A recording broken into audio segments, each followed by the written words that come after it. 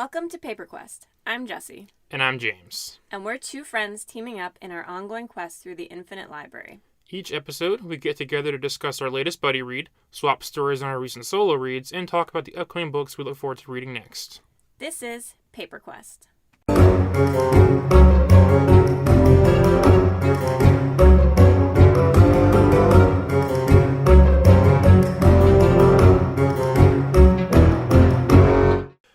So these past couple weeks, since we haven't done an episode in a while, I actually got to read some books I can talk about. What about you? I read and listened to quite a bit. Okay. I've done maybe 3 I can talk about. What about you? 8.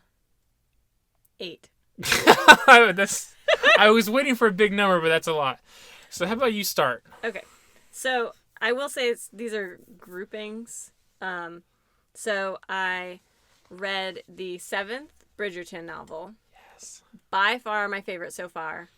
It focuses on Hyacinth, who's the youngest Bridgerton, and she is fabulous. She's way better than Eloise in the shows. Like, I think everyone really likes that character. It's Hyacinth all the way. We didn't know, but now we know. It was great every minute. So highly recommend that. Is that series done, or is that still going? It is done. Okay. Yeah. Okay. Do you want me to do some more? Yeah, sure. Go ahead. Okay.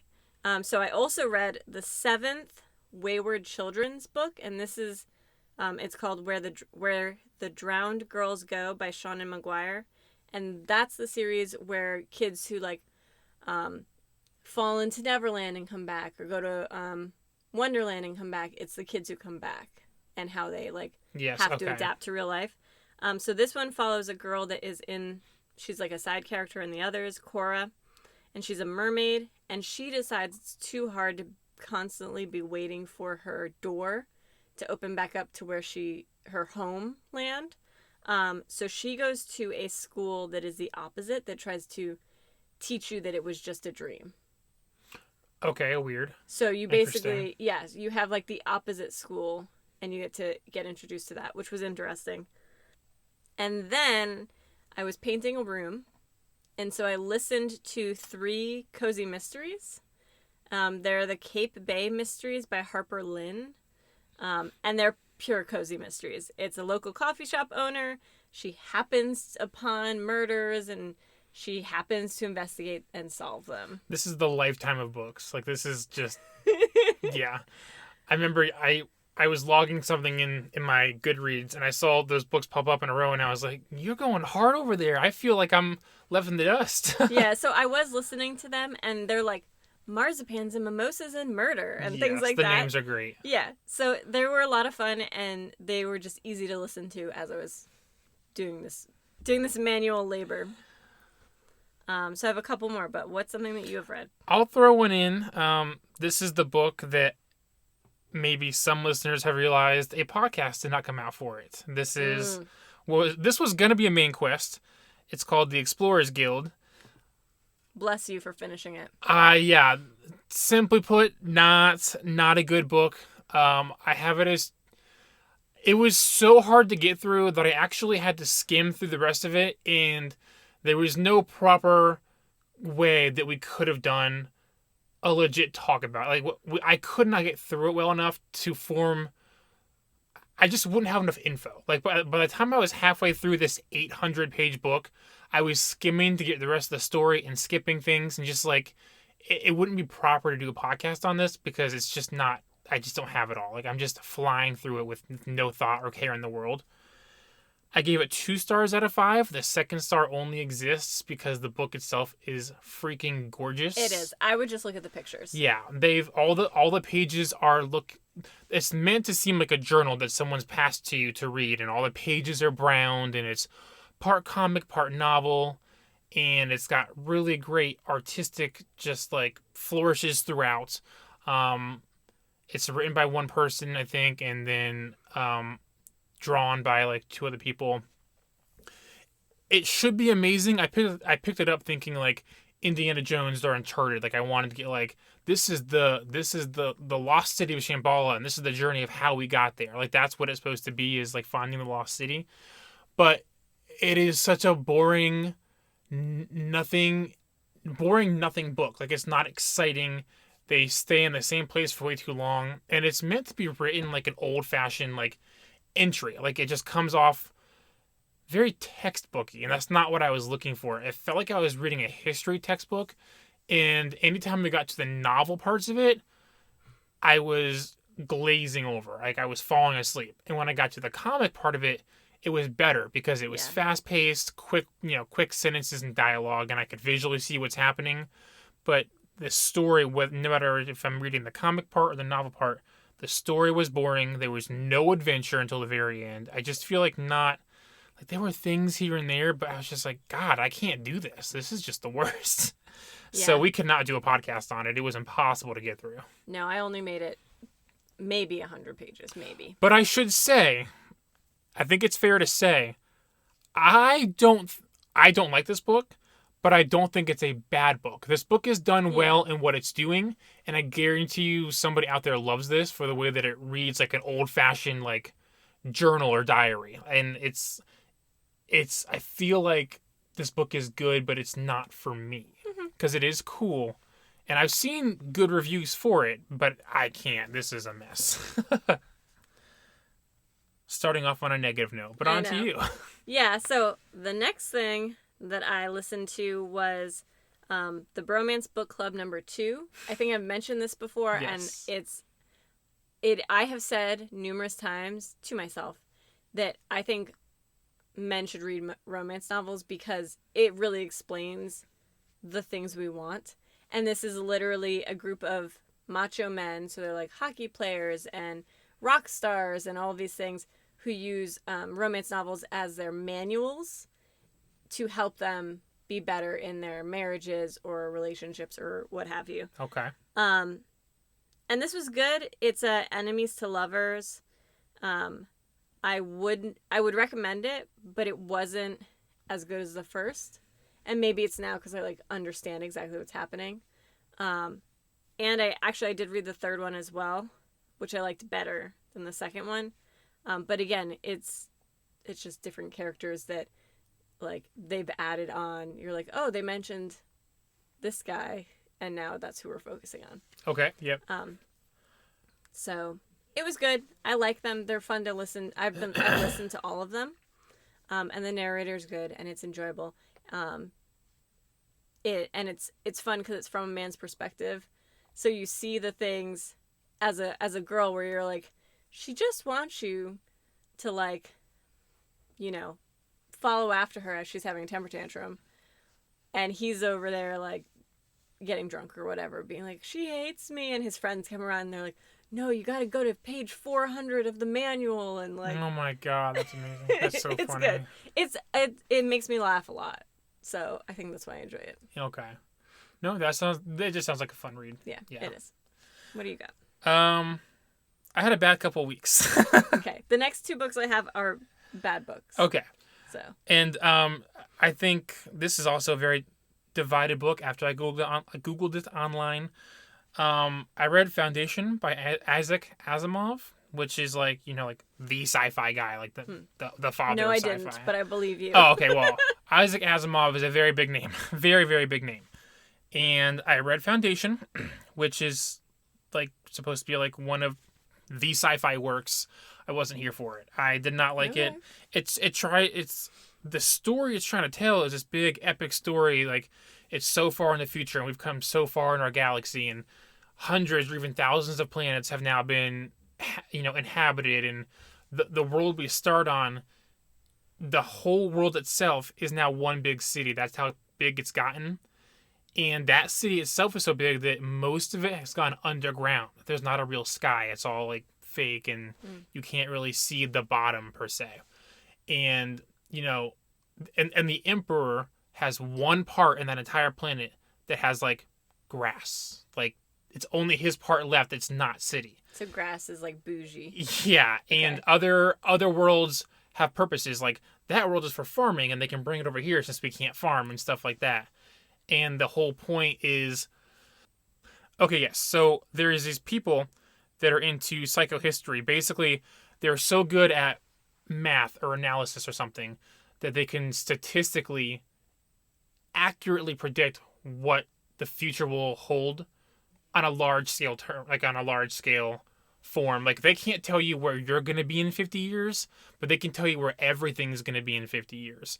And they basically predicted the downfall of the galaxy, and the Emperor isn't happy with that because, you know how the story goes. So they banished the characters to a planet to create the foundation. They're going to like catalog history for the next wave of people after this barbarian period has occurred. And it's got this epic feel to it, but it turns out when you're actually reading the book, you're just stuck in little rooms. It's like suffocating scenarios of like dry conversation and how will the next thing happen, and it's just politics, and we don't see the big picture. We're just stuck inside with a bunch of old men and women discussing. Like the whole book is just talking and talking and talking. And it's divided into 5 parts, and I realized that the book, The Mix-Up Foundation, is 5 short stories. They get progressively more boring as you read them. And that's looking up reviews, because I was like, I think I'm supposed to like this book, but I am definitely not alone. Like, they did not go full big picture with it. I mean, it's old sci-fi. Don't get me wrong. It's old sci-fi. It's dry. It's political. It's not like your space epics you get today. I've always wanted to read it, and then the catalyst was it's an Apple TV show now, and I've now watched episode 1, and the show is so much better than the book, and so much of it is made up because so much of the book does not exist. But that's where I'm at with that. All right. So I also had a dud of a book. If you've listened to any podcast that we've ever done, I talk about Hades and Persephone retellings a lot. And I was reading 2 at the same time. So I paused one. I'm going back to that. But I read a book called The Goddess Test. And basically it's this girl moves back with her mom to her mom's hometown so her mom can die there because she has cancer. And she's going back to high school. She's just barely 18. And one of her friends from high school dies, and a handsome stranger comes and magically has the ability to save the friend's life. But the bargain for him to do that is that she will spend 6 months of her life living in this mansion with this stranger. And that is Hades, but he goes by Henry in the book. And she's Persephone. And in the original, Greek mythology, Persephone stays 6 months below in the underworld and 6 months of her life doing whatever she wants. And that's when spring happens. For her to officially be his partner, wife, and not be murdered, she has to face 7 tests. And she was like, the whole time, this is not a spoiler unless you're 6. There are 7 tests that each represent the 7 sins. And she's like, how is this a test? How is that a test? And I'm like, have you never read any history ever? But maybe that's just me being, I don't know. I saw that book go up on your Goodreads, and I saw the review, and the Goddess Test was like a curious name, so I pressed it. I looked at the summary, and then I saw your review, and I was scrolling through the other reviews on there. It was a good laugh. It was funny. I don't usually ever read other reviews, so it was like a really cool idea, really poorly executed. Like, she was just, clearly he's in love with her, and she's over there like, why does he hate me so much? And why was no, like, he's protecting you from these mean gods and goddesses. Like, I don't know. It was too much. Or not enough.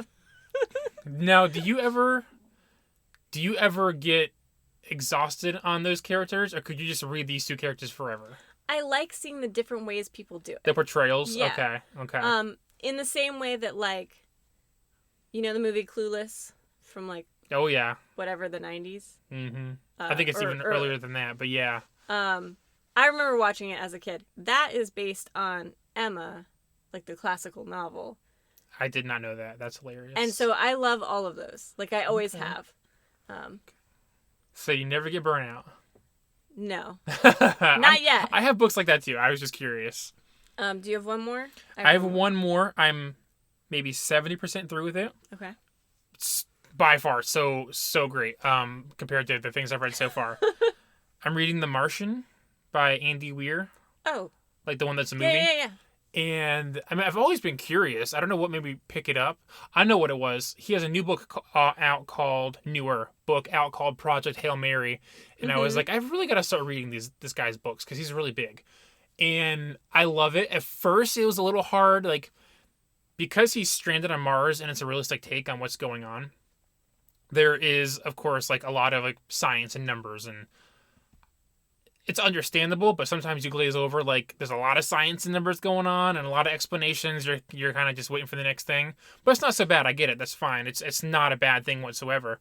But it's telling a few different points in the story. It's telling him stuck on Mars, and then it's telling the story of everyone back on Earth realizing he's been stranded, and, like, he doesn't think anyone knows that he's alive. Due to a freak accident, they had to leave without him because they thought he died. They're headed back towards Earth, which takes, like, 10 months or something. And of course this is like slightly in the future. And so he's stranded on Mars and he's like, well, I've got to survive until the next Mars landing, which is like such and such years away.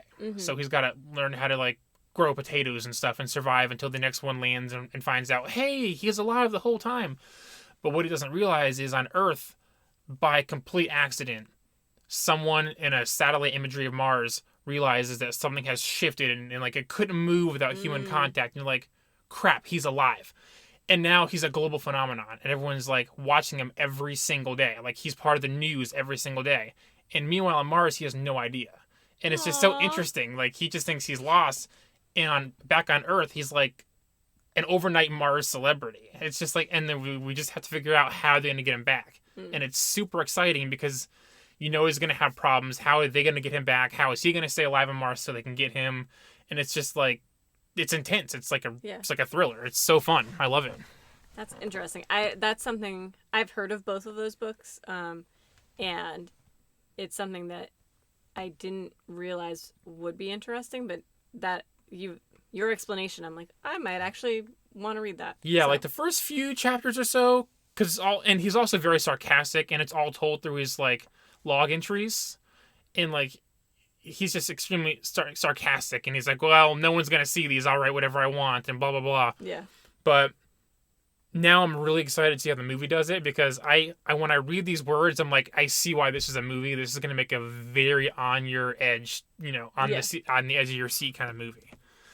And that brings me to now, so I have nothing left. What do you got? So I had one more, and this was again, I was doing like yard work and cleaning, so I wanted something to listen to, and so I just searched like what's available on my Libby app, and they had a story called Fly with the Arrow, and it's a Bluebeard retelling, which I don't know the story of Bluebeard. Like a pirate, like Blackbeard? What is Bluebeard? I'm not really sure, but it's they start it with that, and there's like, I think there's like a old storybook called Bluebeard, because they at the start of each chapter there's quotes, and they'll say from like the 1889 Bluebeard translation by so and so, and I had high hopes for it. Basically, this lady, like French folktale, interesting. Okay.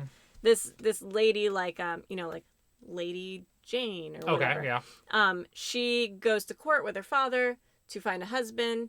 He finds her a husband. He's like a horse breeder. She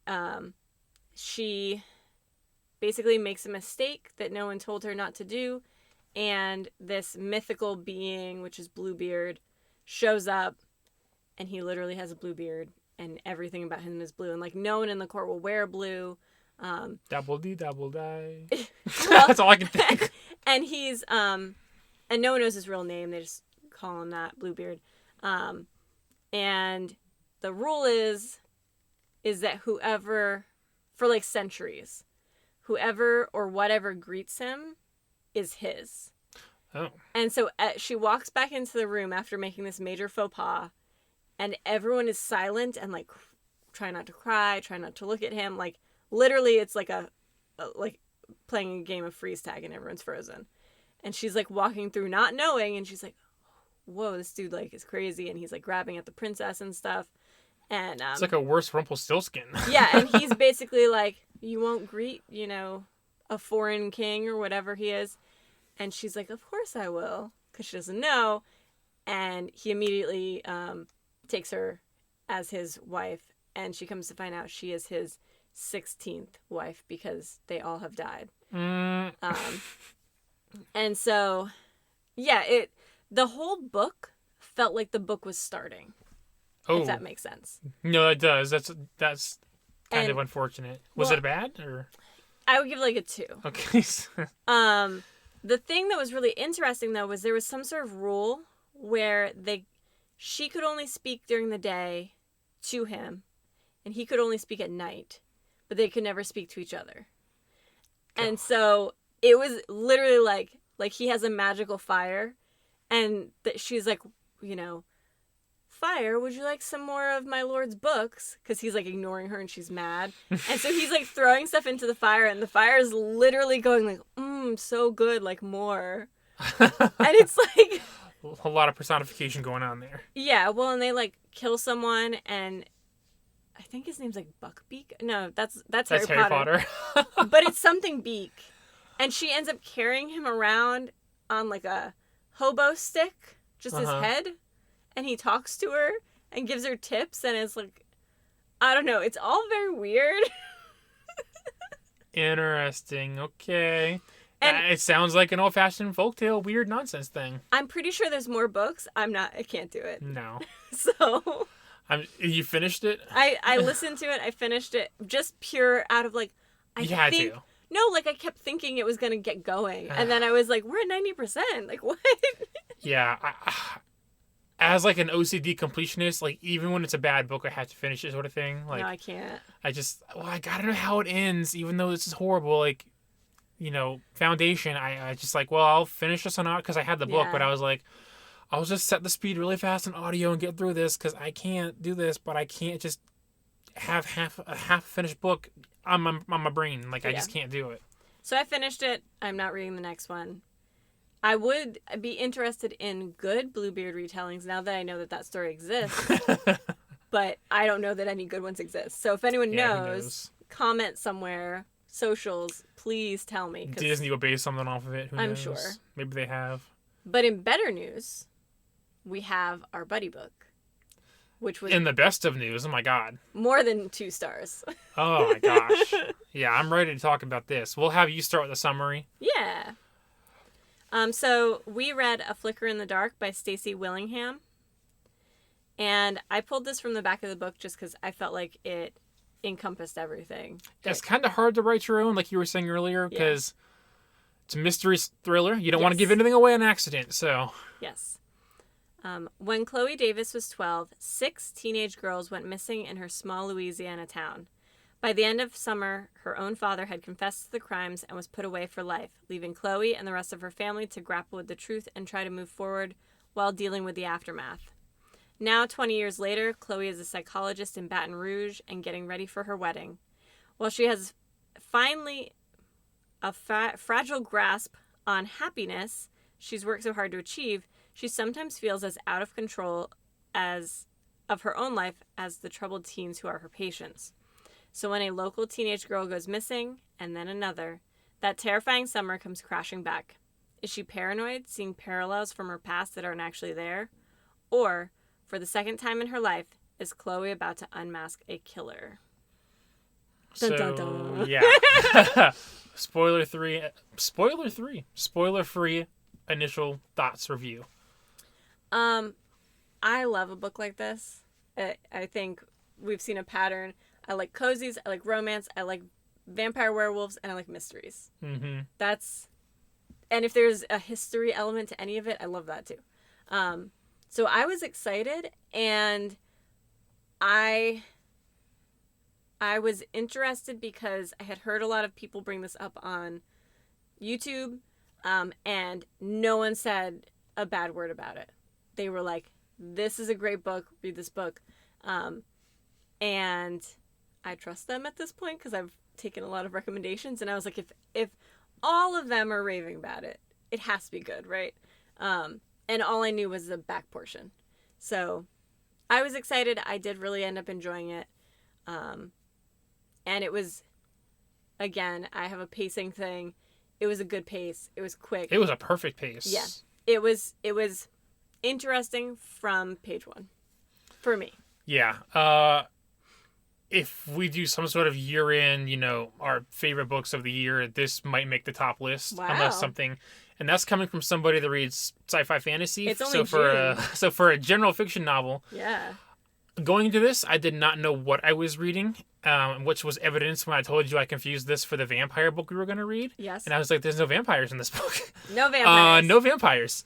So I don't read a lot of books like this. General fiction does not usually come across my shelf until this year when we started doing like Piranesi and stuff like that. We are definitely pushing each other out of each other's comfort zone. And I'm so glad because this is not a book I'd ever pick up. And I'm 100% glad that I read this book. Mm-hmm. I'm pretty sure I gave it 5 stars. I think I gave it 4. You gave it 4. I saw it. I was mad at you because it's 5 stars.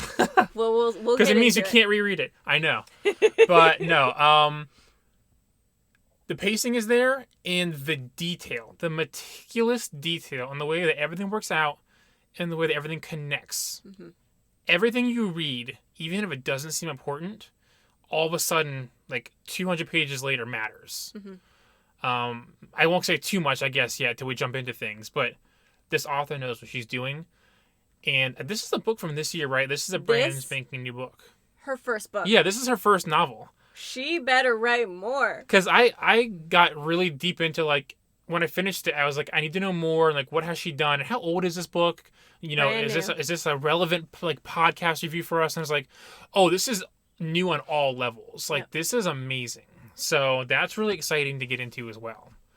But without saying anything more, that's my thoughts. Yeah, just read it. And now we're going to talk about spoilery things because there's so much. I mean, there was, so full spoilers now. Yeah. And you started reading it just a few days before I jumped into it because I was finishing freaking Foundation. But you were like, I can't put this down. I'm speed reading it. You basically like rush through the back half. And I started reading it and I was like, okay, I'm getting general fiction vibes. Like this is going to be a regular book. This is not the vampire novel I thought it was, but it goes so hard so fast. Like once you get into it, it's just like when I got halfway through, I reached the point you were when you said you had to get through it. Yeah. And I was like, oh yeah, I stopped everything I was doing, and for the next 4 hours on my couch, I finished it. Yeah, I'm pretty sure it was like a school night. Not that I go to school, but a work day. And I was like, I can't go to sleep. Yeah, I have to finish it. Yep. And I was so glad I did. There was a certain scene where like, I don't want to. I hate using the word twist a lot because books are meant to have surprises, right? Yeah. There's not like, oh my god, mind-blowing twist, but there's a few really good twists. And when you hit that first twist, I was like, was I right the whole time? And then you're not, because you could never freaking guess it. I was right. I will say, I wrote, because I messaged you, and I was like, I think it's one of 2 people. And page 89 is when I messaged you, and one of those 2 people was the person who it was. So, let's go through the people. Okay, yeah. I was right on accident, but I can't rightfully claim I was right, because I had 2 other guesses first that I thought were real. My real true guess when I got it right was an accident sort of joke thing, so it doesn't count. All right, so we'll get there. But our main character is Chloe Davis. Like I said in the summary, she was 12 when the murders started happening.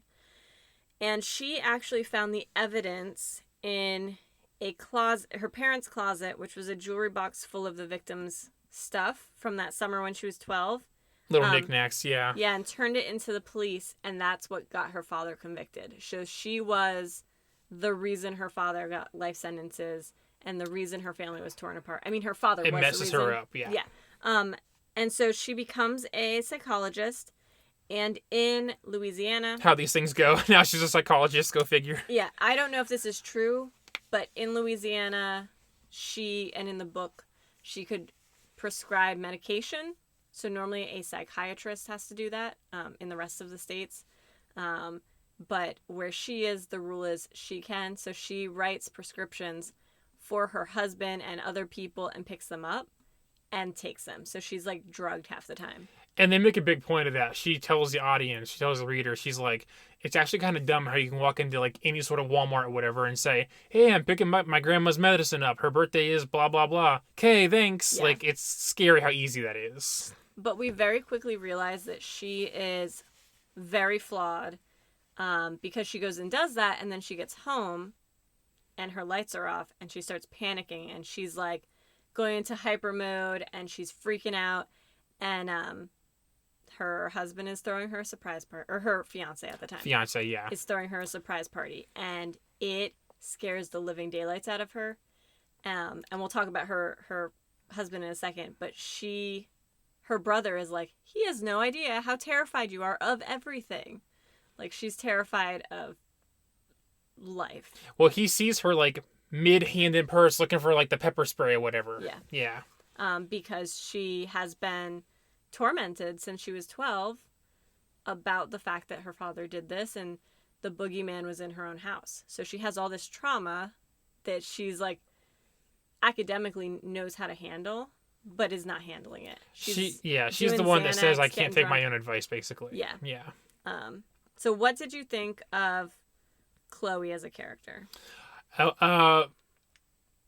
There was a time where I suspected that she's heavily drinking and taking pills at the same time, and etc., going through all the things you would imagine that someone like her goes through. And at some point, I was like, what are the chances that she's following in her dad's footsteps and we have an unreliable narrator?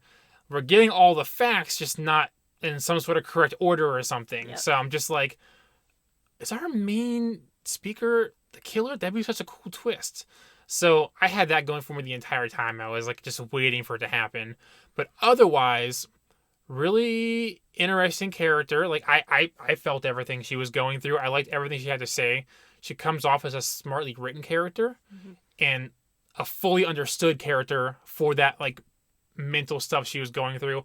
I don't know if the author has experience in all this subject matter. I imagine she does. Otherwise, she did really good research. Yeah. Yeah. I agree. I liked that she was an unstable voice and narrator. I also like that we learned that she has a history of wrongly accusing people. So she thought her previous roommate had been kidnapped by her previous boyfriend, and really they were just having an affair. And so we know that like she's not stable. Yeah. The problem, not a problem with the book, but the problem like I had like as we were going through it was the coincidences started coming up. Like she happened to be there during like one of the searches for the victims, and then we learned more and more about her that seemed more and more weird, and then we learned her past history with like stalking and stuff. I mean, it was technically stalking. There's a lot of thoughts to be had there. She had every right to be concerned about piles of blood in a bed. Yeah. But I was just like, the narrator, Chloe, is pointing out to us all of her coincidences, so it makes it seem like it's not a big deal. But then I was like, are we supposed to think bigger than what they're trying? Because the coincidences were intensely coincidental. Well, and she comes off as extremely paranoid, extremely terrified of everything, and so it's hard to differentiate what we are reading that is her fear that she's making up and what really truly is happening to her. But I liked that because it made it, like you said, she's a more well-rounded character. Although some of her fear that we thought she was making up was not made up. It's so well done. So right in the beginning, we also meet her fiance, Daniel Briggs, and he is a pharmaceutical salesman, so he travels a lot. But when they meet, they realize that, her father has killed a bunch of people and young girls, and he had a sister who disappeared around the same time. And so they literally bond over trauma, and that's how they become a couple. But neither us nor Chloe learns that until halfway through the book. So until this point. No, she knew that the sister was disappeared. What she didn't know was that the sister actually exists. Yeah. Still. So like Yeah, the drama behind that does not come out until later and makes things very interesting. So they bonded over trauma.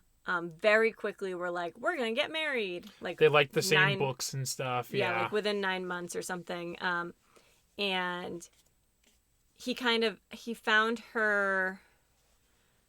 Yeah, like she was leaving working at a hospital to go open her own practice, and he bumped into her in the car park and was like, oh, murder mysteries, cool, like, or whatever. Like, it was the meet cute of all meet cutes. It was but it wasn't murder mysteries. It was like, like a straight. It was about murder. It was factual. Yeah. Yeah. Like a Ted Bundy biography, something like that.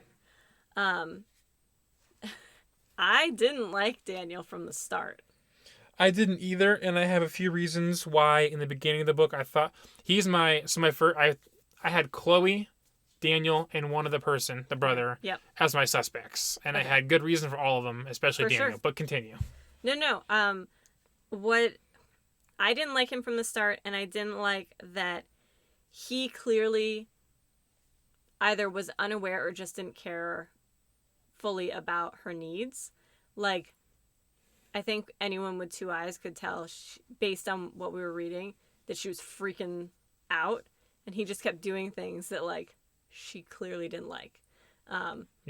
And I mean, he's leaving a lot, which is fine. That's his job, and she's aware of that. But like, when the second set of murders starts happening, he doesn't go like, "Do you need me right now? Like, you have all this trauma." And then on top of all that, and again, we'll get into it, but one of her patients, which I guess patient privilege, you don't know who's a patient, is murdered or disappears.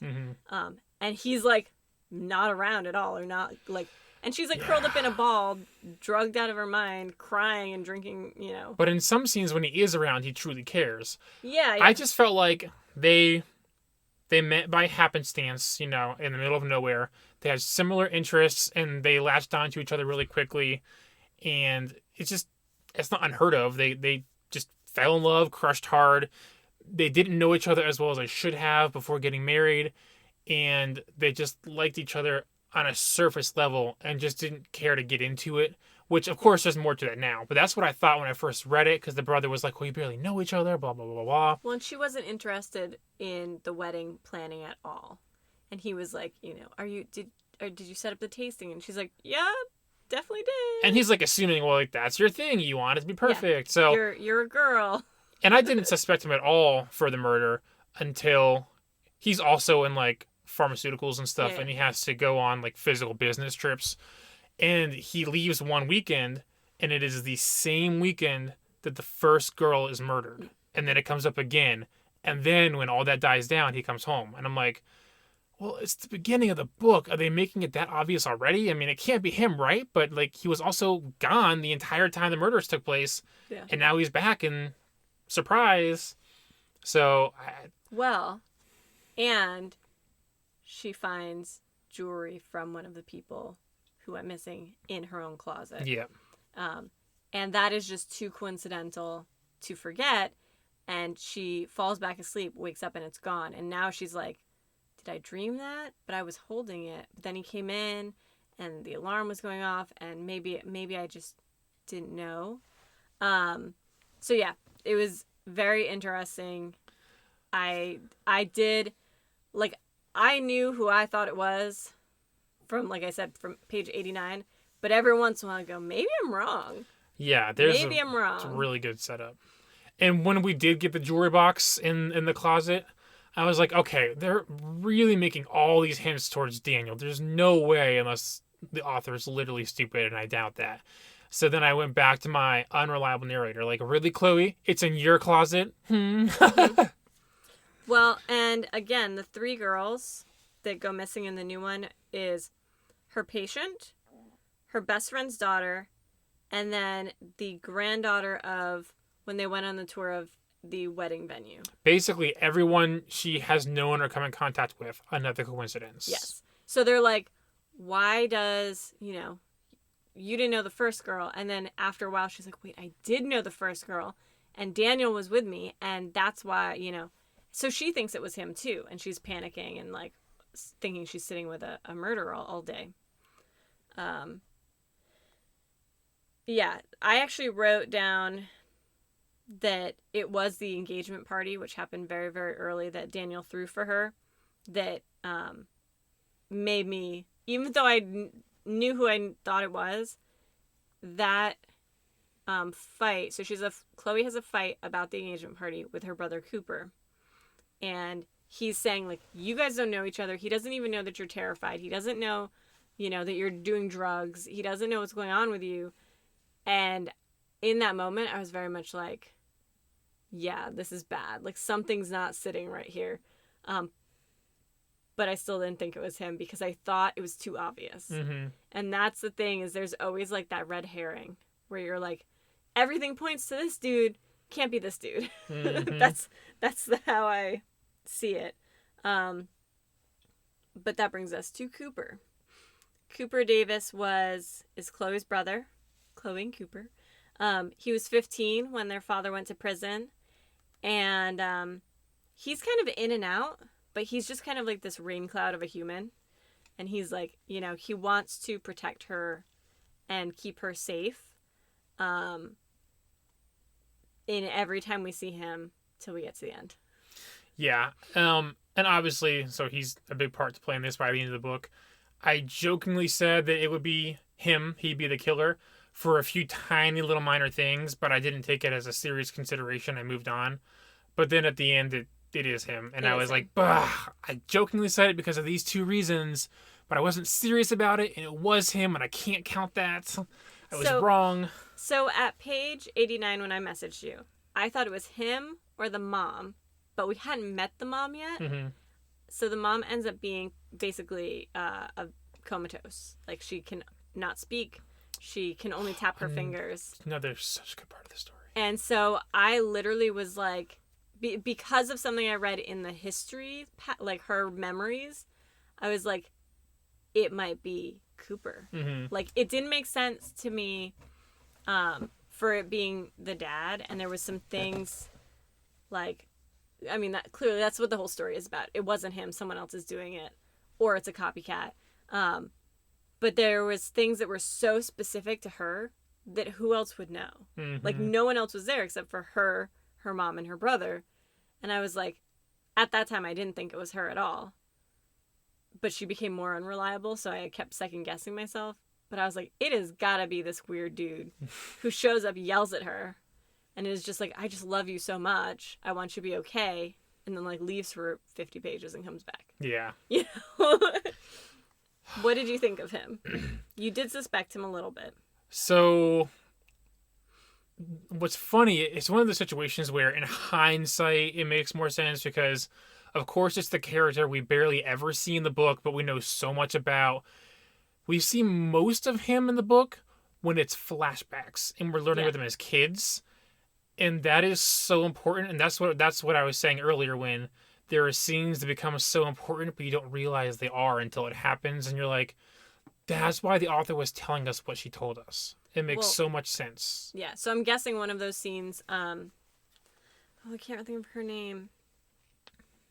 One of the first girls, I don't remember her name, I should have written it down, but she has like a dragonfly glow-in-the-dark belly button ring, and Chloe and Cooper are at the fair, and Chloe's 12 or 11 and like looking down at it, and we have this very detailed memory. Mm-hmm. And she sees her dad looking over at the three of them, and she assumes her dad is looking at this scantily dressed 16-year-old that his daughter is like all excited about, and we don't realize that Cooper is also there having that same interaction as her, or we do realize it, but he's in the peripheral. He's not the person she's focused on. She's focused on this friend of hers, this girl. And she goes into a lot of detail describing how the girl would come over in the summer and was like, in short shorts and kicking her legs and like all these little things that like make her beautiful and like alluring to the 12-year-old Chloe of like, I want to be, that movie star one day. I want to be, that pretty, that she gets to dress that way, and she smokes weed and does all these things that older kids do. Like I want my makeup like hers. I want my hair like hers. Yep. And the whole time, Cooper is there. He's only 15. And she's not, because it's from her point of view, she's not telling us those things. But yeah, he is the one that is murdering these girls, and their dad takes the fall for it. And the mother... By choice, which I have a lot of thoughts on. That's very interesting. The mother knows, but didn't tell Chloe. Obviously, the girl's 12. How do you say, like, hey, so your brother's killing girls, but he's going to live with you. And I'm going to know, and I'm just going to, like, not tell anybody. Which is probably why the mother tried to commit suicide and ends up in this home. It's basically just a regular retirement home. Yeah, like nursing home. Yeah. Yeah, the story starts in present day, and then pretty quickly we take a little detour into the past, and Chloe describes the cops busting down the door and taking the dad, and the dad isn't surprised. So you're like, well, he knows because he's the murderer. So why would he be surprised? And as he's getting dragged away, he looks at Cooper and he's just like, "Be good," serious face. But she thinks it was to her. Yeah. Or to them. Well, to them in general, or to Cooper in general, just like, you're gonna be without a father, just be good. Yeah. But that 1-2 word sentence changes dramatically when you know all the answers, which is crazy well done. It's such an exciting book. So, do you think that Cooper actually went dormant for so long? Do I think he killed in the meantime? Probably not. I think it took everything in his power. I think what his dad said to him changed him. I think, be good. Like, I'm your dad. You know what happens next. This could be your future, right? This is scary. They describe how Cooper, he doesn't want to do these things, right? He talks about how, like, there's this darkness. He literally says, there's this darkness in me. There's this cloud or whatever.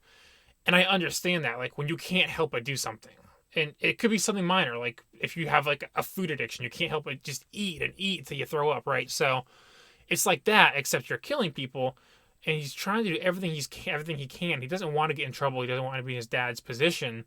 So I think he did go dormant for all those years, but that darkness just crept and crept and crept and finally poured out, and he had to do it again, but he had to get help. So why do you think this is possibly why part of the 4 stars? Because I didn't have closure. Why do you think he basically was targeting his sister? Like, why would you how did he know? He wasn't at the tour of the wedding venue. So how did he grab that girl? Or why? And the only thing I could think is Chloe said, oh, this was the wedding venue, and gave him the update about wedding planning. So, like, why pull girls around his sister? That when he could just pull random ass girls, you know. My understanding was that he did that because he wanted Daniel to take the fall so they wouldn't be together. It was like an extremely... Oh. I think that's what they were saying was he was already not okay with the relationship. Even though he's messed up in the head, he's still watching out for his sister. Yeah. And so he did everything he can to make sure Daniel had a connection to the scenario.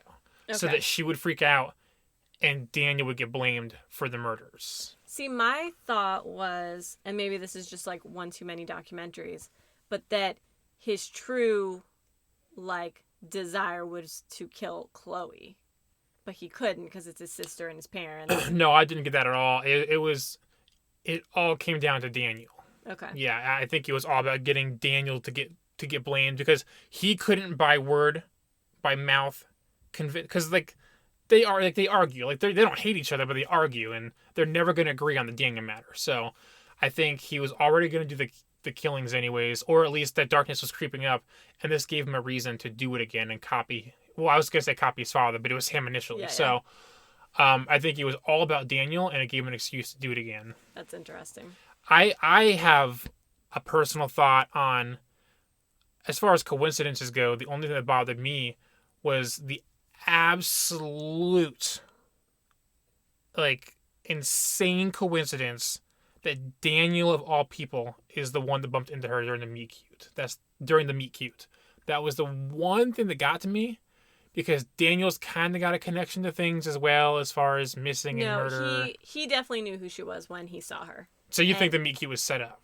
I think it wasn't set up. I think because they met in a bar first and had a bar interaction. And she said, like, oh, I work at this hospital or whatever. And then I think he went and sought her out. They bumped into each other first. That's when he passes on the number. And then she waits weeks to call him. And then they go to a bar? And then they go out. And that's when she spills her guts about her whole family history. And he just takes it like he's pretending like, oh my God, that's so horrible. But he knows the whole time. Mm. So it's possible that the bumping in was set up. But then that seems like... It seems like a genuine... Maybe the bumping into each other just happened. But I think he was more interested in marrying her and being with her because he has a deep-rooted connection to the murders. Again, some sort of weird psychological connection there. Yeah. No, but yeah, besides the whole, like, all the people to bump into each other, it was these two with these backgrounds. Mm-hmm. But it's a book, right? So who cares? But yeah, that was my only thing. So, let's quickly talk about the mom and dad. Dad sacrifices himself to go to jail. He's in jail for, 20 years at this point. It's a 20-year anniversary coming up. And in his I don't know if it was, they watched the whole trial. And I think it was like his closing statements or whatever. He relays there is a darkness in me and I can't control it. It comes out at night. And it's verbatim what Cooper said to him when he realized what was going on, the father. Yeah, they take a plea deal, so he just pleads guilty and uses the whole speech. Yeah, and in that moment, when Chloe and Cooper are sitting in their, was it the 90s? Is this the 90s? I think so. Yeah, she's like 30 or something. Yeah, they're like 90s bedroom, or 90s living room floor. I'm picturing them watching like the wood TVs that are like really fat. Yep. And she is pissed. She calls her dad a coward or something, and is swearing about him. And Cooper's like, because he's in like the dad's in tears as he says it, but in tears for reasons we don't realize. Yeah, and so she's vehemently opposed to his actions, and holds on to that. And she describes Cooper during the dad's guilty speech, the darkness speech. She specifically, in the beginning of the book, describes Cooper as watching extremely close and intently to his father during the speech and, like, how sad it was or whatever. And then you realize later on, it's like, no, he was watching hardcore because that was his speech and he was just, like, mind-blowing and freaking out. Yeah. It's like, God. And then the mother, like we said, she attempts to commit suicide shortly after her husband goes to prison. People are saying that she's the reason he broke because she had an affair. People are saying that she knew about it, that she encouraged it. Like, they become the town pariahs. People are following them home. People are throwing things in their windows. And the person she had an affair with is that girl. I just saw in my notes. Her name is Lena. Yes. That we were talking about with the belly button ring. The person the mother had an affair with was her father. And so everyone's like, well, clearly you're the reason this all happened. Yeah. And so she's just being ostracized, and she tries to commit suicide, and Chloe finds her, I believe, and they save her. But yeah, she has her mind is there, her body is gone. All she can move is her fingers, and she can eat, I believe. And so she's in a home. They visit her sometimes. They take turns. And she ends up being able to communicate to Chloe, which you thought was interesting? The tapping? Yeah, it's very, it's very, like, a very movie or book thing to do. First of all, I feel like, because she describes in one of their first visits in present day, like, they go to see her mom, and they're pretty sure, she has always thought that the finger thing was real. Like, it wasn't just some sort of twitch. She's like, I think my mom responds to me with a tap during certain conversations. But then, wouldn't you try to have that conversation? Like, because she spells out the alphabet with Scrabble tiles later on. And Y for yes, N for no. But if you want to have a conversation with your mom, which she kind of doesn't, to be honest. But I would have to test that theory. Like, maybe your mom wants to talk. You know she can't speak, and she's doing something with her hands. let her play with letters or something. But they wait until these murderers to finally do it. And I'm just like, God, like, you could have had, like, entire conversations with your mom. You could have, like, heard what she wanted to say. She could have more information. You always thought there was this thing there that she could communicate with you, and you just never took it. That's crazy. Which is extra awful because she is a psychologist. Yeah. Like, she should be able to know something's happening. And I think she does. It's not the book's fault or the author's fault, because it is pointed out that she kind of never wants to see her mom again. Like, her mom is just a bad memory, like a bad photo, you know? It's like a little capsule of, like, I don't want to be around that. And up until the very end, where there's the possibility that the mom will die, she says that, like, I don't want to go there. I don't want to see her. And it isn't until her possible death that she's like, I was wrong this entire time. For years, I should have been coming, and blah, blah, blah. So I think it was a mental block of, like, she's probably talking to me, but do I want to talk back? Right. So she does, Chloe does go and see the mom and have this tapping conversation, but only after the mom refuses to eat. Mm-hmm. And they've had her for 20, or 15 years or whatever the time frame is, and she's never done that. And now she's like, murders start happening again. She stops eating. And I'm, and the tapping, I guess, attests to it, but she knew who the killer was. I don't know. I'm not in that position. I couldn't, I hope, no one I know is ever in that position.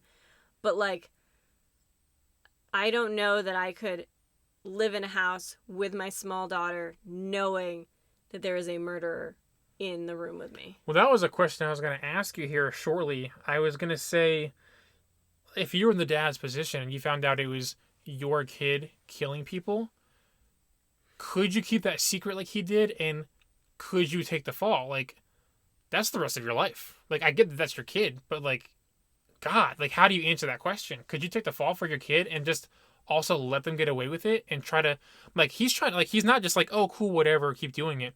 He's trying to teach his son not to do it and get rid of the darkness. Like, obviously, you don't want your son in jail for the rest of your life, even though he's, like, 12, 13, 15, whatever. But, God, could you just actively know that your son was the killer and try to stop it and not tell anyone? That is crazy. I think that, I don't know that I could. If murder is different. Yeah.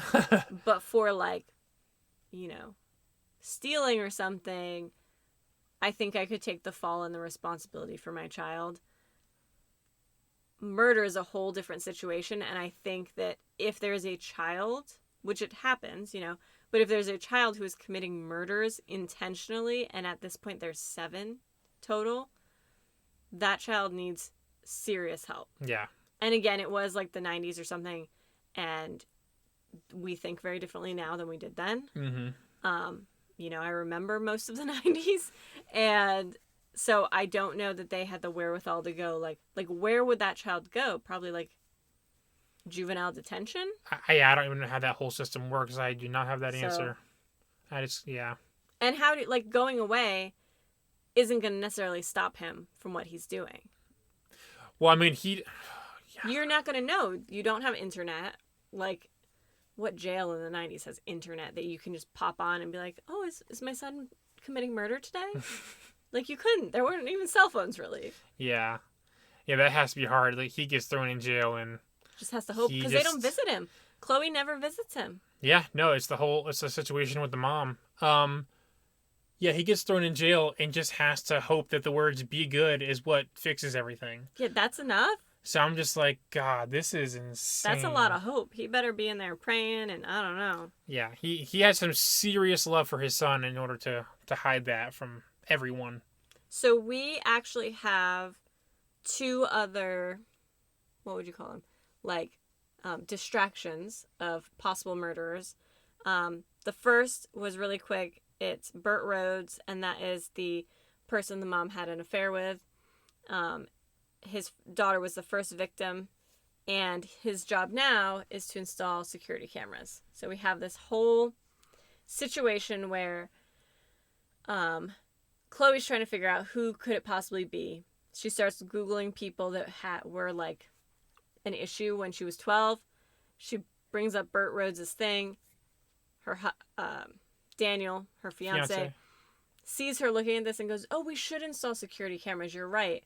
Immediately calls him, and within an hour, Burt Rhodes, who threatened her and her family, and could possibly be a murderer, is standing on her stoop, trying to install these cameras and come into her house. Yep. That freaked me out.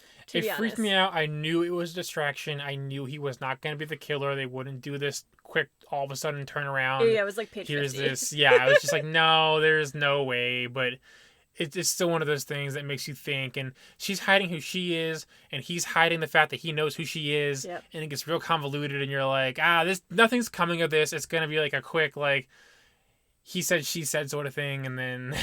I will say this scene made me hate Daniel so much, because I will not have someone in my house while I'm alone.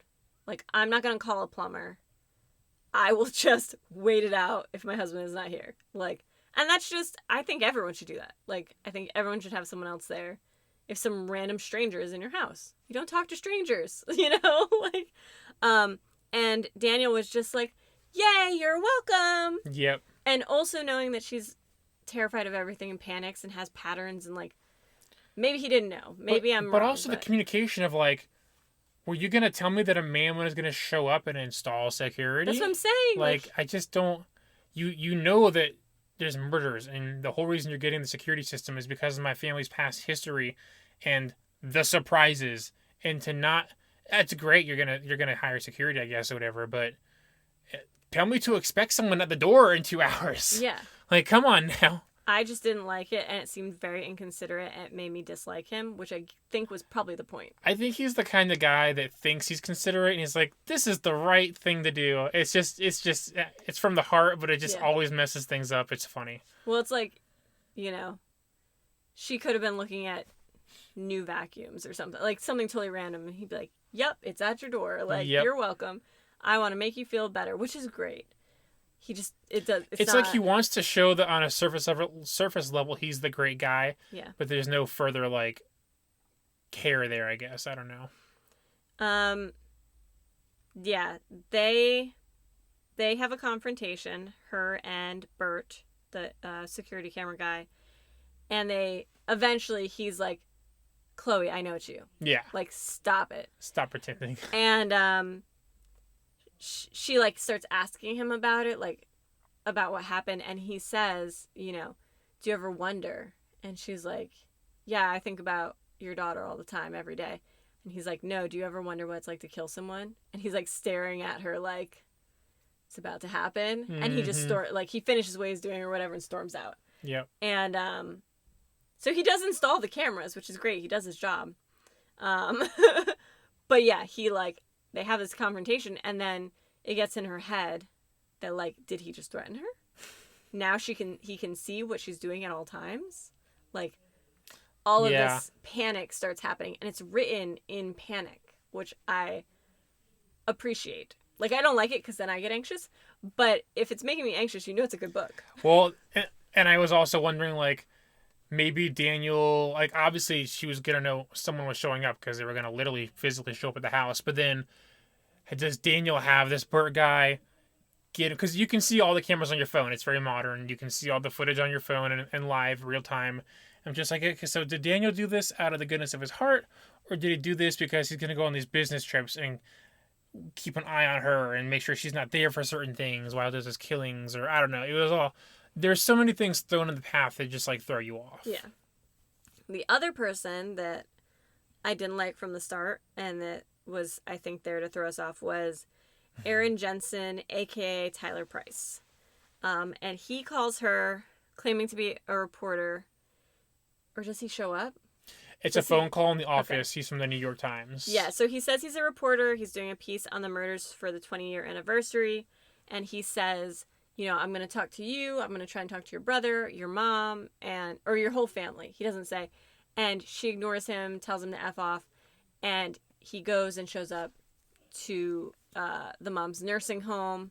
And she doesn't know. And when she does go visit, one of the people is like, "Oh, Mona, you've got so many visitors this week. How fun." And she's like, my brother was here? And they're like, no, another young man who's very nice, like how gossipy nurses on TV do. Yeah, it was very stereotypical. Yeah.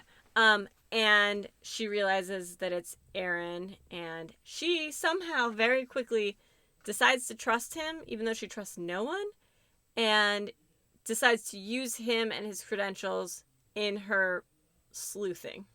Well, to be fair, she sees the name in the logbook and gets pissed and decides, fine, I'll meet this guy so I can tell him off. Mm-hmm. So we only meet him through a phone call first, and then we don't hear from him again. I'm like, okay, that was just some jackass in the beginning of the book. It's there to like piss off our main character. And then he shows up in town to do the physical, the conversations and interviews and whatnot. And when they finally meet in the coffee shop, he's kind of being like an ass. Like he knows he made her wait on purpose and all this other stuff. But then as they get to talking and as later scenes happen, he shows genuine care and fear. Like, you got to be careful, whatever. And then she's having problems with Daniel. And I'm like, oh, wait, okay. Daniel's going to leave the picture, and this is going to be the guy she was, quote-unquote, supposed to end up with. They have more in common. He genuinely cares about her. I could not have been more wrong. Yeah. Actually, I think he did care. He was kind of forced into some things. So I do think he cared. At one point, she has decided in her mind that it is Daniel, and she tricks Aaron into going seeing Daniel's mother. So she's never met Daniel's family. Such a good scene. And again, she uses his credentials and says, we're going to do a story about this missing girl. It happened at the same time. We're gonna just talk to her. And like doesn't explain to him, which is really rude, by the way. And she doesn't explain anything to anyone, and it pisses me off because she makes her life so much harder. Yeah, if she just communicated just a little bit, it would have been great. But, yeah. She basically goes and says, we want to hear about your missing daughter. And Daniel's mother lives in squalor and is clearly abused and has been in this relationship forever, and Daniel doesn't communicate with her at all or talk to her at all, which he hadn't communicated to Chloe. He was just like, oh, we're not really close. Yeah. And she convinces the woman to let her see Daniel's room. Oh, and the mother says, yeah, I always thought it was my son that got rid of my daughter. Or like, I always thought he knew more than he let on. Which he did. Mm-hmm. But not for murdering. Not for murdering. It was for good reasons. Yeah, he took her in and got her out of this abusive household. So the abuse, was just on him and his mother and not his little sister. So she was 13. She disappeared. She went and lived upstate with like relatives or something. Friends or something. Figured I forget. Yeah. And is like mid-30s now, married, beautiful house, kids, whatever, like living an amazing life that she wouldn't have had if she was forced to stay there. He turned 18 and he immediately moved away. And because of all this backstory that this, older woman has given Chloe's like, can I see his room? And it's exactly the same as it was. She starts going through his stuff, finds a book that has newspaper clippings about the murders. The book that fell out of her box when they first met. And that's why she picks it up and she opens it. And that's what, I think he says it's his favorite book or something like that. And it has all these clippings of her father's quote unquote murders, Cooper's murders. And he used those as inspiration to save his sister. We're led to believe it's why he became a copycat killer, right. But he used it as inspiration for good stuff, which is actually really interesting. Yeah. And again, that's why I think he is doing things to just try and keep people happy and safe, but he doesn't know how to do it. And he's like a little stunted in that. But she goes out and she thanks this woman who she's been lying to this whole time. Hardest scene in the book. I can't. Oh my God. It was so hard. What does she do? Shake her hand or touch her hand? She accidentally keeps the ring on. And so the mother goes to like grasp her hands just to be like, thank you. Yeah. To, but she's like, shit, that's my daughter's ring. Yeah. She starts going like, who are you? I gave that to my daughter for her 13th birthday when she, became a teenager. why do you have her ring, and is like yelling at her door as Chloe and Aaron scurry away. Could you imagine just like 30 years later or something, like you see your daughter's exact ring on some woman's finger, like, what do you know about her? Like, I have no idea. The police have no idea. She's crying and sobbing, trying to run after them, but they can't because she's old and fat and just like completely unhealthy. Oh my God, it was so hard. And I did the audio of this book, so just listen. Did you? They were doing the voices, and she's like fucking crying. I'm just like, oh my God. Could you imagine being in a position, just that ring you haven't seen in so long, and this woman's running off who pretended to be a reporter, and you have no idea who the heck she was or why she entered your life? Well, and what's interesting is we do end up meeting, or Chloe meets the sister, and the sister said it was her idea for Chloe to have the ring so that they were somehow connected and could be like sisters, even though they never could. Which, like, at this point, the woman's grown. Like, who cares if your mom knows where you are? Like, just call her up and be like, hey, yeah, I ran away.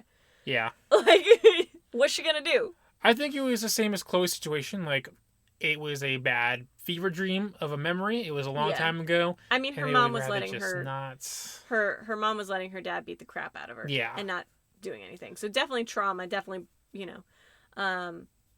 And also, Daniel is now suspected as a murderer by her, so what is he going to do? Yeah. And so Aaron is privy to all of this. And they have this confrontation with the mother. They go back to this hotel room because Chloe is too afraid to stay at her house. And then they have sex. Well, there was a lot of lead up and emotion that led up to that point, but it still caught me off guard. Daniel's touch was revolting to her, especially at this point when she's like, and he was caring and there, and even when she lied to him, he was still there to comfort her. And I think it was just emotions running high, and it happened in a hotel room. It was like. So I will say, they have intercourse, and then he gets up to like leave, and whereas everyone else in the story has questioned her prescription bottles, he said, no, why don't you take 2? And in that moment I went, oh, it's not Cooper. It's this crazy dude. And why is he drugging her with these heavy, heavy drugs and leaving? Like, that seems so, like, based on who I thought he was, up until that point, I was like, oh, he's not who I thought he was. Well, I was kind of like, oh, how dare you, bad influence. But I was like, well, he's just trying to, like, get on her level. She basically wants to kill herself at this point, and she's dead tired. And he's just like, well, then just take 2 instead of 1. Just sleep it off. Like, just get your energy back. Get ready for the next part of whatever this crazy story is going to bring us. I thought it was weird, and I was like, bad influence, but it was worse than that. I just pictured him as being like, because I didn't know what was coming. Yeah. I just, in my brain, he was like this squeaky clean, like, almost like a nerdy kind of guy. Oh, yeah, he's kind of described that way. Yeah, that she's just dragging along for this ride of crazy that she's on. And it didn't match. Like, why would this, like, very put together New York reporter, which he wasn't, give her, take extra when everyone else, like, it comes up a lot. Yeah. Like, yeah. It's one of those, it's one of those smart, connections. You pause, yeah, you're just like, well, based on the pattern, because they do every tiny little detail, it all adds up. Yeah, it's really cool. And so she wakes up, she's all groggy and confused, and she's like, where would, she gets a call or she has like 10 missed calls from her family and friends, and her best friend's daughter is missing. And she's like, holy crap, I know where they're going to go. But she was out. Didn't she sleep through like 2 days? Yeah. I was just like, girl, did you pee yourself? So she starts thinking, like, where would you go at this point? She thinks it's Daniel. She thinks she's going to confront Daniel. And she realizes the only place she can go is go home. To, like, her home where the original murders were committed. Childhood home. Yeah. Yep. Because no one's there. The only people who know that it, like, exists are her, Cooper, Daniel. And of course, when she's driving alone to that old town where everyone knows each other, they describe it as a flicker in the dark, all the lights in the distance. Yeah. And that's what that's the name of the book. Yeah. So I thought I like that because I was waiting for it. I was like, I still don't know why this is called a flicker in the dark.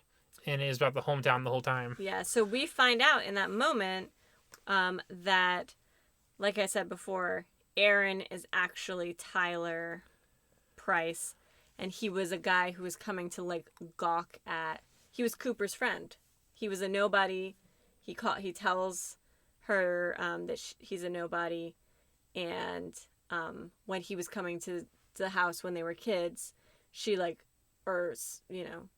someone Cooper ran out to confront him, and he was like, "Who do you think you are?" And he said, "I'm nobody." And so this kid that's been, Cooper's ride or die for 20 years has been helping him commit these murders. One of my favorite parts about the reveal that he's not the reporter is that I was like, okay, but he had like a legit website and stuff. Like you could see, and I like how we found out like the photo was like this small little photo on like the bottom of the webpage. In the beginning of the book, he's described as like the typical whatever reporter, just some skinny guy in glasses, whatever. And then when he comes up in person in the beginning of the book, she's like, oh, actually, that picture must have been old because he's looking kind of good. He got muscles. He got a little built since that picture was taken. And she got distracted by, like, the attractiveness part. And we should have been like, maybe that's not him. Like, yeah, I didn't put it together. But she finds him at the old house. And she sees this child she knows who's drugged, not dead. And she pulls out her gun. She shoots him. Mm-hmm. Because she's carrying. Well, so here's what's interesting about doing audiobooks. I can't see how many pages are left. I don't know how much of it the timer is left for credits and everything else. I was like, final showdown. The reporter who's not the reporter. And then it happens and the gun goes off. And then he's dead. And the book keeps going. Mm-hmm. And the book keeps going. And I'm like, wait a second. Something else must be getting ready to happen. And I don't know what the heck it is. So she talks to Aaron/Tyler. She saves this little girl, and she figures it out. And we jump to her in her kitchen with her drugs and her wine, waiting for her brother to visit. And she's sitting there, and she's, he comes in thinking like, oh, she's like effed up right now. And in reality, she is about to serve him a big old piece of humble wine. Humble wine. Fair enough. Yes, the wine is involved. So she's figured out that it's Cooper. Through the help of her mother's tapping, through the help of this fake reporter, through the kids.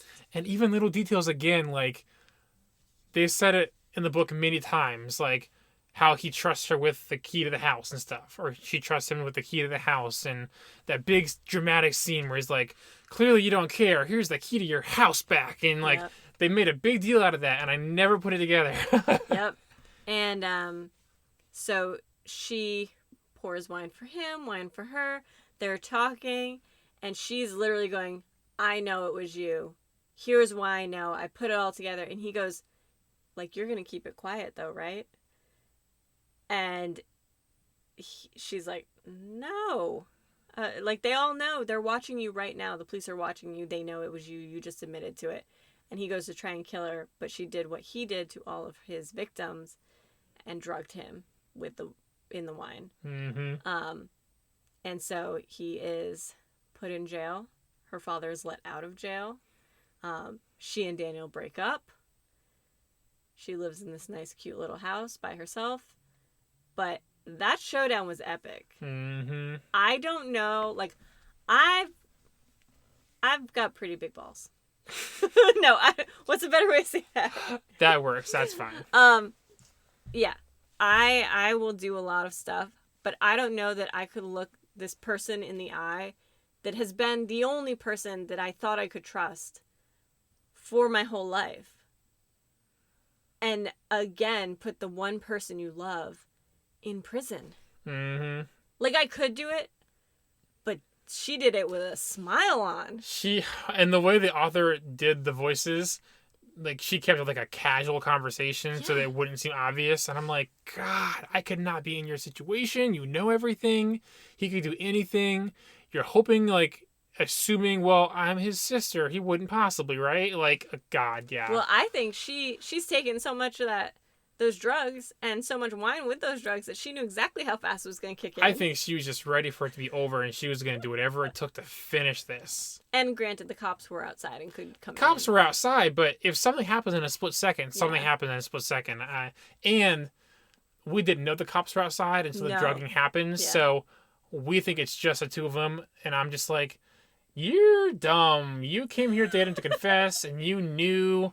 Do you have a plan here? Like, I know you're pouring him a drink. I didn't suspect, like, any drugging, but I was like, I don't know, like, maybe you have some sort of plan, but... No, for a half second, I thought she was going to be like, yeah, I'll just pretend this isn't happening. All I could think about was she would say, yes, I'll keep your secret, and then go to the cops. But I'm like, well, would the brother believe that?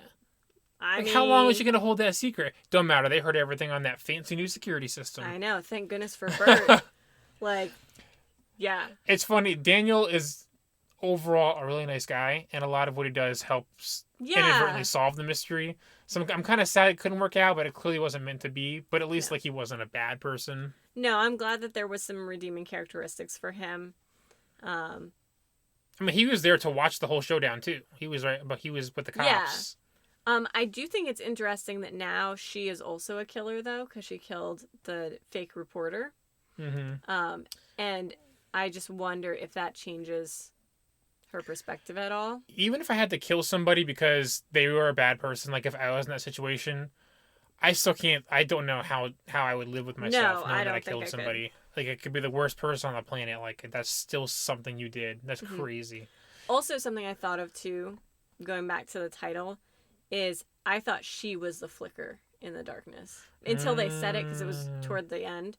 I just thought she was the only one who was like, because my first theory was the dad originally did it and Cooper was at the 20-year anniversary now doing it, copycatting, but it was him the whole time, obviously, as we said. And the mother had her issues, so I was like, maybe she's the only non-murderer. My only thought was very generic. After I realized it wasn't a vampire book, I was like, well, Flicker in the Dark, maybe something is just going to be like about hope, you know, a light in some hopeless situation, but no. So you said this is one of your favorite books. I assume 5 stars? I gave it 5 stars. Definitely one of my favorite books of the year so far.